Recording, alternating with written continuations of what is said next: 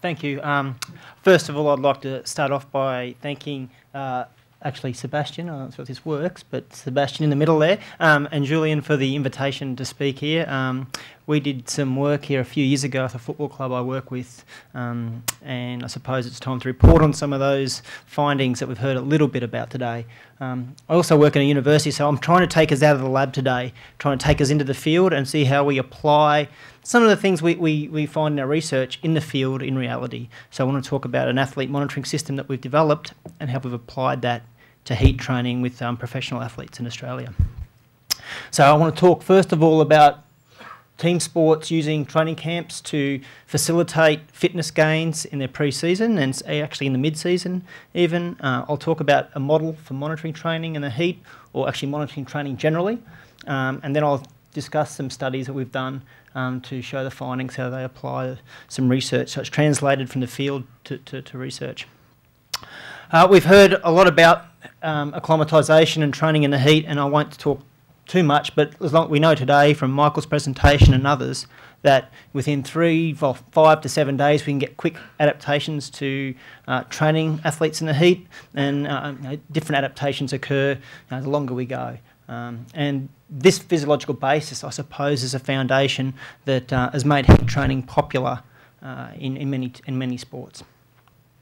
So it was so popular, in fact, that we brought a group of athletes from all the way from Australia, Melbourne, Australia, up to Qatar, and we did a heat training camp a few years ago. But others have also done it. This year, one of our competitive teams, our competitors took a team to Dubai, and actually I was watching television last week in Australia and I had to stop the TV and take a photo.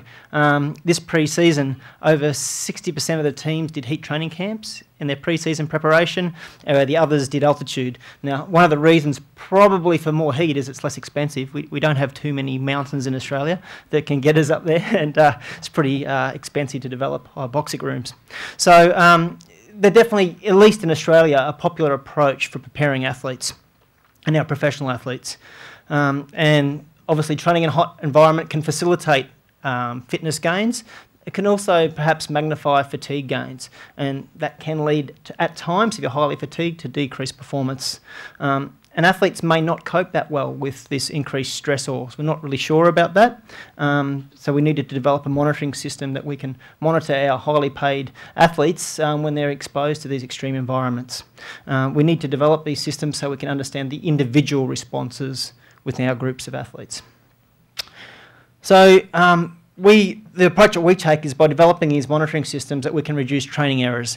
I don't think we necessarily make the camp much better, but we reduce the amount of mistakes that we might make of individually periodising athletes' programs. So it can help us understand the adaptation rate within individuals, and also can help us inform or make informed decisions on subsequent training for our athletes. So I'll take you back to a bit of Exercise Prescription 101. You'll probably all know this in the room, but the real basis of developing a monitoring system is based on the dose response. We do a training bout, and we all know we feel quite fatigued immediately after doing a training bout. We do get some fitness gains, but we don't necessarily feel those as much.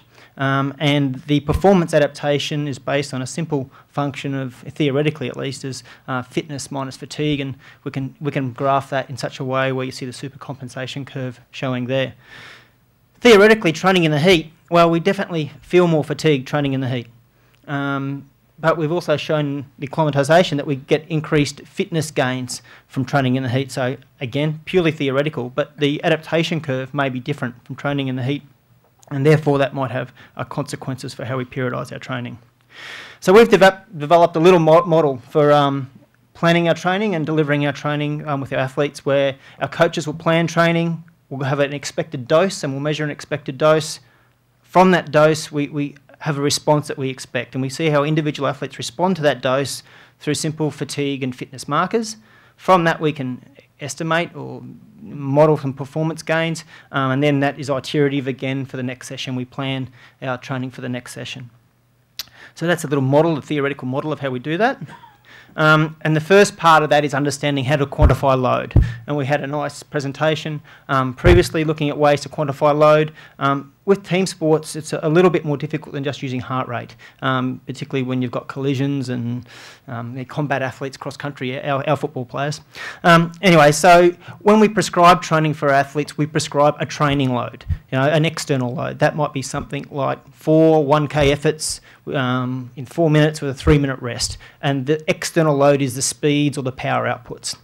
Depending on the periodisation and the individual characteristics of the athlete, that will give us an internal response, and all of us will respond differently or can respond differently to the same external load. And it's a very important relationship to understand when developing monitoring system. Our external load is measuring, was training implemented as planned, or understanding what the external dose applied to the athlete. But from a monitoring perspective, we want to understand how our athletes respond to that dose. And that can be quantified in fitness gains and fatigue gains, and from that we can get an understanding of our training outcome. One way in team sport athletes, which I work with mostly, the simple way of quantifying internal load is session RPE method that Cole Foster made popular 15, 20 years ago now. We're simply using the modified Borg scale as how hard was our workout, and from that we can get an estimation of intensity from the RPE and load from the multiplication of training duration by the intensity. For example, a 40-minute session that was hard would be a 5, so that gives you 200 training units. That's one way of measuring internal load. The external load now, we have lots of micro-technology, and we're lucky enough to have GPS, accelerometers, and so we can quantify our external training loads as well. Now, it's very important, and with practitioners we've seen a bit of confusion where they think they can monitor their training responses using a GPS, an external load. But that's probably not the best way to go about it, because the relationships between external and internal load, as I showed on the 2 slides before, can be quite different. Here's a study that shows the relationships between session RPE and different constructs of external load.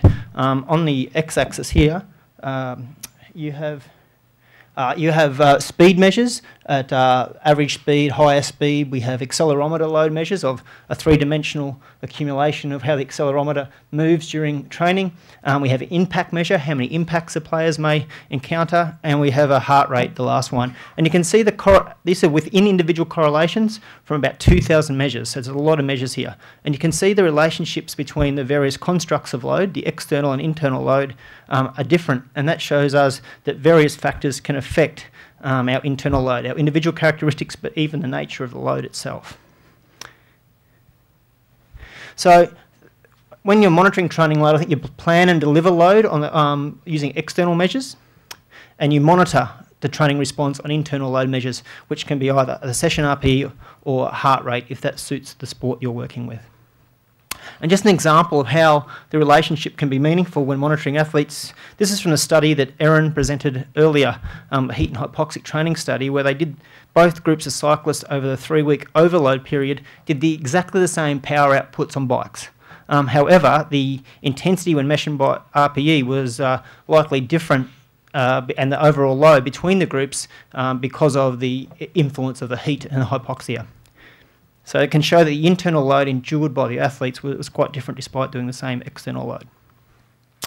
Now, monitoring the responses, the fitness and fatigue responses, we've got a couple of simple tools. Now, we have many, but I'll present 2 today. I think we've got 20 minutes to get through quite a lot, so I'll go through 2 measures that we've used, and these have been presented already this morning by Martin Bischeit, who developed a system that we use looking at a submaximal heart rate response and heart rate recovery to a standard bout.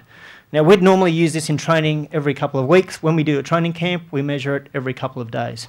And we'd look at our submaximal run at a set speed and measure heart rate response. The last 30 seconds of that bout, we'd measure their submaximal heart rate as their fitness measure. Another measure of fitness, or we use as tolerance to load, is the heart rate recovery.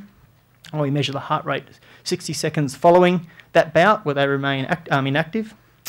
And you can also measure heart rate variability, which for research is quite a nice tool sometimes, but in practice it's a lot of work to do with real athletes in the field to apply practically. So we use those measures, and I'll report on how we've done those in a heat training camp shortly. And they tend to be related to some of the adjustments we see, the plasma volume changes, fluid shifts that you see in training. They correlate quite nicely in some cases. If you want to read about that, there's a paper that Martin's written in Frontiers in Physiology that I recommend reading. Very good review. Measuring fatigue, well, coaches do it every day talking with athletes, but we can use simple psychometric questionnaires. There's many validated questionnaires available. I'll give you an example of a simple one that we use. It's just a 5-point Likert scale on several constructs. There's athletes come in on their iPad every day and just tell us how they're feeling. We get summative scores for different constructs of fatigue and an overall wellness measure. So they're two very simple tools we use, and we do use several others, but haven't got time to go through all of those. Also, importantly, when you're implementing a monitoring system, you need to understand what shift in these measures is important. So you need to understand the normal variations in your measures, in particular the within athlete day-to-day variability, which we establish for all of our measures. We use that to look at acute trends, so acute shifts in the fitness and fatigue measures, as well as chronic longer-term trends. And common methods that we use is looking at the smallest worthwhile change in each test, or even just the Z-score within individual scores. So, for example, our perceptual measures, we have several thousand measures for many of our athletes, and we use the within individual changes so we can detect what's unusual for that person to highlight, identify an athlete before they train. Here's an example of a reporting sheet that we do for a heart rate test. It basically looks at the within individual changes, and we can see that we highlight for the coaches, we measure this test, and before training we can have a heart rate response. A green score means it's improving, a red score means it's decreasing, and a black score means no change. All bad data, which is quite common with some of these systems that we use. But we use that quite simply, and the wellness score is a simple report. We use the within individual analysis there, and the red and the green highlights those who are and are not coping or might be fatigued. We used also some of these tools in the heat training camp that Erin presented this morning. Simply, here's the training dose down the bottom of the training load. The top is the thermal stress. The group that did the altitude, the heat training had a higher thermal stress rating, which is quite logical. They also had a higher submaximal heart rate score to that dose of training, so their fitness measure was elevated because of higher stressors of the environment. We also looked at some recovery and fatigue measures using simple perceptual measures, and you can see down the bottom the recovery wasn't different between the groups, but the taper period in particular, we had an increase in recovery, which is standard response that you might see. Our fatigue measures were different between the groups in the heat, so the group that trained in the heat had different perceptions of fatigue, but that decreased during the taper. And we used a little model of recovery minus fatigue to model performance, estimate performance, and this model sort of showed and aligned with our performance variables, but showed that there was no differences between our group and these measures, and Erin showed before there was none either in the performance test that we did. Okay, so when you have these tools, they need to be based on a theoretical framework, not too demanding for athletes, and easily implemented. So let's see how we use this in a training camp in the heat. So this is the group that we trained. We were here for 2 weeks. We slept the floor above. Is it right? Floor above, yeah. And we trained, and it's been mentioned earlier this morning, about 3.5 hours per day, roughly, depending on the day. And you can see a progressive overload in the training dose. That red line there shows a typical Australian football match dose, and that's a 2-hour event. It's a very big dose, the red line. Some days we're like doing 2 matches in one day. So very intensive camp. We did the equivalent of doing 11.5 matches in 13 days at the start of pre-season. We had performance measures. We did a standardised training drill in the field, so just a standardised training drill, and we found pre and post camp that they did more work in training they didn't know it was a performance test. They just did more work in a standard training drill at a lower heart rate, and that was one way we measured the adaptation. And we did a yo-yo test in controlled conditions, and we got a 40% improvement in yo-yo in 2 weeks, which was mentioned this morning as well. And I think Martin's shown how that camp facilitated performance improvement. But to do that, we did monitor individual athletes and control their training. For example, the wellness responses, you can see the fatigue setting in here in the bottom corner when the red, where the athletes were quite fatigued after a week of training. After they adapted, and the green at the end of the camp, it showed they're returning more to baseline fatigue measures. Our submaximal heart rate test reduced by 10%, so we've got a reduction in submaximal heart rate by 10% in 2 weeks. We had an increase in heart rate variability. We also used some traditional measures of monitoring athletes and cortisol stress measures, and you can see they were quite useless for monitoring our athletes. There was no relationship with dose or performance with that. What was interesting with our analysis, we looked at the within-athlete relationship between the change in these measures and the change in performance. So we have 3 performance tests: the training drills, the high-speed running and total distance in those drills, and the yo-yo test. And quite complicated, but the triangle, you can probably just see, it's probably not large enough, is the yo-yo test, and the circle, the black and white circle there, are the training drill. But what you need to know, I suppose, is the correlation between the change in submaximal heart rate was very strong for the change in the performance test. And similarly, the change in wellness also correlated very well with the change in performance. So the fitness and fatigue measures actually related quite nicely to the performance outcomes. The relationships to training load, you expect that training load would relate to some of these measures of markers of controlling training.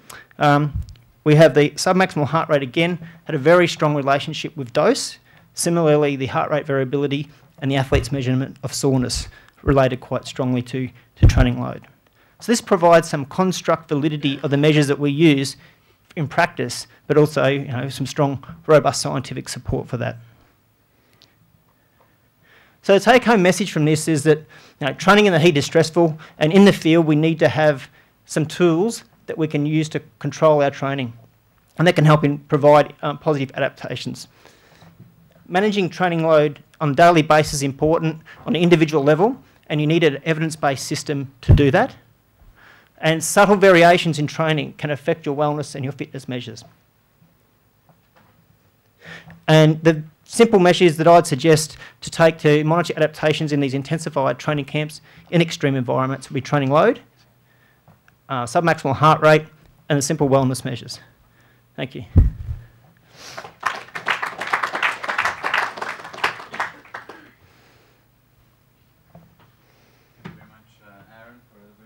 Presentation.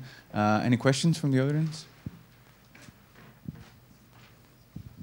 Hi Aaron, thanks for a really good talk. It's Lee Taylor from the University of Bedfordshire in the UK. Could you just go back to your performance changes slide? Yeah. Which one, the correlations or the individual data? That one there? That one. So if we look at for the hot environment stuff with the drills, there's obviously 2 guys who have responded poorly. Yeah. So would your red and green light traffic system say halfway through that period, would the coaches identify that? What would their response be? We identified one of those. Yeah. We didn't identify the other one. Interesting, the one that was poorly, they were quite fit people for a start that they reduced poorly, and so the chances for gain were quite low. But yeah, we did identify one, but not the other. Interestingly, the change in hematocrit in the heat tolerance test that we did also correlated, quite nicely with these changes as well, which might have been by luck, I'm not sure, but also agreed with Seb's earlier study with the soccer group. Mm-hmm. So, yeah. So what would your response be for the guy you identified, say, halfway through when the data's a bit stronger? What would the practitioner response be then? Yeah, we would modify their load based on, so we'd reduce their load. We individualise training, and what we normally do is we take modify how much dose they do, the type of training they do, and that usually decision is made in conjunction with the coaching staff and the medical staff. Yeah, so that's the approach we take on a day-to-day basis. That's great, thank you. Any other questions? I have a quick question. You said you're monitoring a lot of factors, and not all of them could be, of course, presented here. I was wondering, are you taking into account thermal sensation, thermal comfort in your questionnaires? We don't at the football club, but we did in the study that we did with Erin. So we measured thermal stress, thermal comfort, but we haven't with the football players on a daily basis. It would be a good thing to do. Especially since heat camp. I mean, heat camp, yeah. It would be interesting to see if there's any interesting information derived from there. From the day to day, we did a heat tolerance test, and we got a reduction in our heat tolerance test before and after the camp. Their thermal sensation was lower, along with the other typical acclimatisation responses, but I didn't report them here. Excellent. No more questions? Well, thank you very much for a great presentation again.